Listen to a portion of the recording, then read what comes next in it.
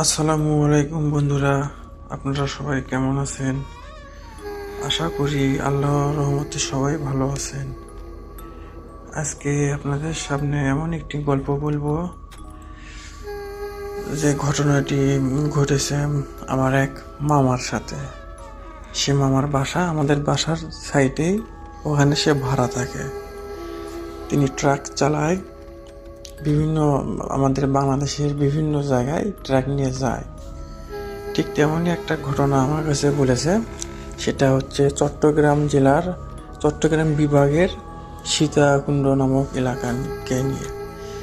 তাই আমার মামার ভাষায় আমি নিজেকে প্রতিস্থাপন করতেছি। মামা একবার গাড়ি নিয়ে চট্টগ্রামে আসছিল।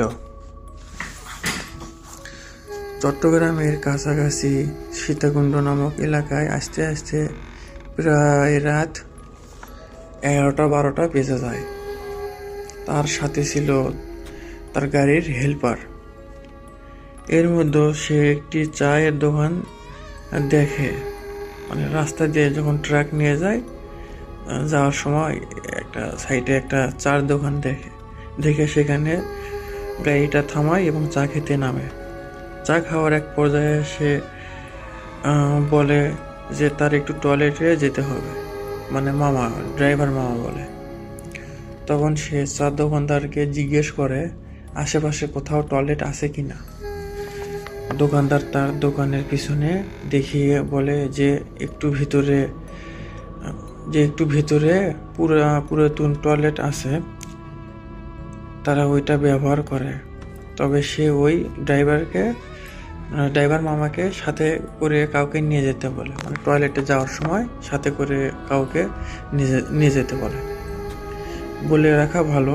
টয়লেটটা যেখানে ছিল সেই জায়গাটা একটু জঙ্গল টাইপের।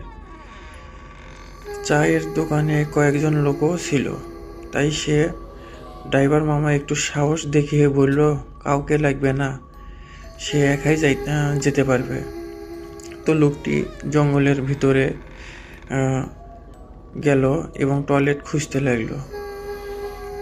কিছুক্ষণ খোঁজার পর যখন পেল না আর দেখলো যে জঙ্গলে কেউ নেই, তখন সে একটি গাছের আড়ালে বসে পড়ল তার কাজ সারার জন্য।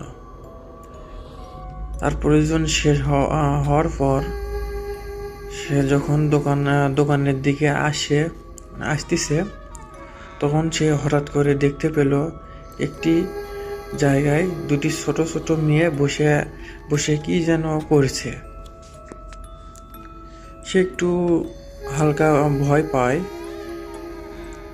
এটা দেখে, কিন্তু তারপরে সে মেয়ে দুটির কাছে যায় আর বলে, এই তোমরা এত রাতে এখানে কি করো? এই কথা বলার কিছুক্ষণ পর মেয়ে দুটি একসাথে তার দিকে তাকায় এবং তার ড্রাইভার মামার মতে সে দেখল যে মেয়ে দুটির মুখমণ্ডল একদম ফ্যাকাশে, আর তাদের চোখগুলো ছিল অস্বাভাবিকভাবে বড় এবং মুখের অল্প হালকা হালকা একটু রক্ত লেগে আছে, যেন তারা কিছু একটা এতক্ষণ খাচ্ছিল। এই দৃশ্য দেখার পর সে আর এক মুহূর্ত দেরি না করে আস্তে আস্তে করে একটু জোরে জোরে হাঁটছে। তারপরে ওই ছোট ছোট মেয়ে দুটি বলছে, মামা, ড্রাইভার মামা, এরকম আস্তে আস্তে বলছে। ড্রাইভার মামা এটা সহ্য করতে না পেরে চিৎকার দিয়ে দৌড়াতে আরম্ভ করে। সে প্রাণপণে দৌড়াচ্ছে, কিন্তু তার কাছে মনে হচ্ছিল যেন সে একই জায়গায় বৃত্তাকারের মতো দৌড়াচ্ছে, মানে একই জায়গায় ঘুরে মানে এক জায়গায় ঘুরলে তো আর মানে দৌড়ে কোনো কাছাকাছি যাওয়া যাবে না। মনে হচ্ছে সে দৌড়াচ্ছে যে তাদের কাছে গন্তব্যস্থানে পৌঁছে যাবে, কিন্তু তিনি আসলে একটা গোল বৃত্তাকারের মধ্যে দৌড়াচ্ছে। কিছুক্ষণ পর সে এবং তার দিক ঠিক করার জন্য আশেপাশে তাকায়, যে আমি কোন দিক দৌড়াচ্ছি সেজন্য আশেপাশে তাকায়। হঠাৎ সে দেখলো যে সে মেয়ে দুইটি তার দিকে দৌড়ে আসতেছে। তাদের মুখে এখনো রক্ত মাখা। সে দৌড়াচ্ছে আর চিৎকার করতে থাকে, কিন্তু সে কিছুক্ষণ পরে অনুভব করে যেন তার পা আর সামনের দিকে এগোচ্ছে না। তিনি মাথা নিচু করে দেখে তার পা আগলে ধরেছে। তাকে ওই মেয়ে দুটো তাকে 2 পা জড়িয়ে ধরেছে। সে আর নিজেকে ঠিক রাখতে পারল না, অতিরিক্ত ভয়ের কারণে অজ্ঞান হয়ে পড়ে যায়।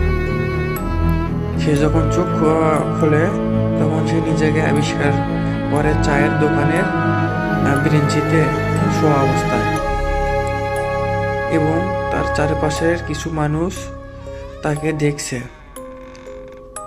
সে একটু সুস্থ হয় এবং উঠে বসে। তারপর তার হেল্পার তাকে কি হয়েছে সেটা জিজ্ঞেস করে। তখন সে ড্রাইভার মামা সব ঘটনা খুলে বলে। সব শুনে তার হেল্পার এবং দোকানদার বলে যে তুমি যাওয়ার অনেকক্ষণ পর যখন দেখলাম তুমি আসতেছ না, তখন ভাবলাম যে তোমার চাপ হয়তো বেশি, তাই দেরি হচ্ছে। কিন্তু কিছুক্ষণ পর শুনলাম কে যেন জঙ্গলের ভেতরে দৌড়াচ্ছে। তো কিছুক্ষণ পর আমরা কয়েকজন ভেতরে যাই এবং তোমাকে টয়লেটে হতে অনেক দূরে পড়ে থাকা অবস্থায় পাই। কিন্তু তোমার চিৎকারের আওয়াজ আমরা কেউ শুনিনি। সব শোনার পর দোকানদার বলে, এই জন্যই আমি তোমাকে সাথে করে কাউকে নিয়ে যেতে বলেছিলাম, কিন্তু সেটা তুমি শোনোনি। এখানে অনেক কিছু দেখে, অনেকেই অনেক কিছু দেখে। আমরা দিনের বেলায় ওখানে যেতে ভয় পাই, আর তুমি সেখানে রাতের বেলায় ওখানে গেছো। তারপর এক সময় সকাল হয়, তারা ওই দোকানেই বসে থাকে। সকাল হওয়ার পর তারা জঙ্গলের ভিতরে ওই জায়গাটাতেই যায় যেখানে সে ড্রাইভার দেখেছিল মেয়ে দুটিকে। তারা সেখানে যাওয়ার পর তারা দেখে যে সেখানে একটি আধা খাওয়া বিচ্ছিন্ন বিড়ালের মতো কিছু একটা পড়ে আছে। তারপর তারা হেল্পার আর ড্রাইভার সেখান থেকেই দ্রুত চলে আসে এবং তারপর তার কিছুক্ষণ পর তারা গাড়ি নিয়ে সেই স্থান ত্যাগ করে। এই হলো পুরো ঘটনা। আপনাদের কেমন লাগছে আমি জানি না, কিন্তু বিশ্বাস করাটা না করাটা আপনাদের ব্যাপার। মামার থেকে আমি শুনেছিলাম, তাই আপনাদের সাথে শেয়ার করলাম।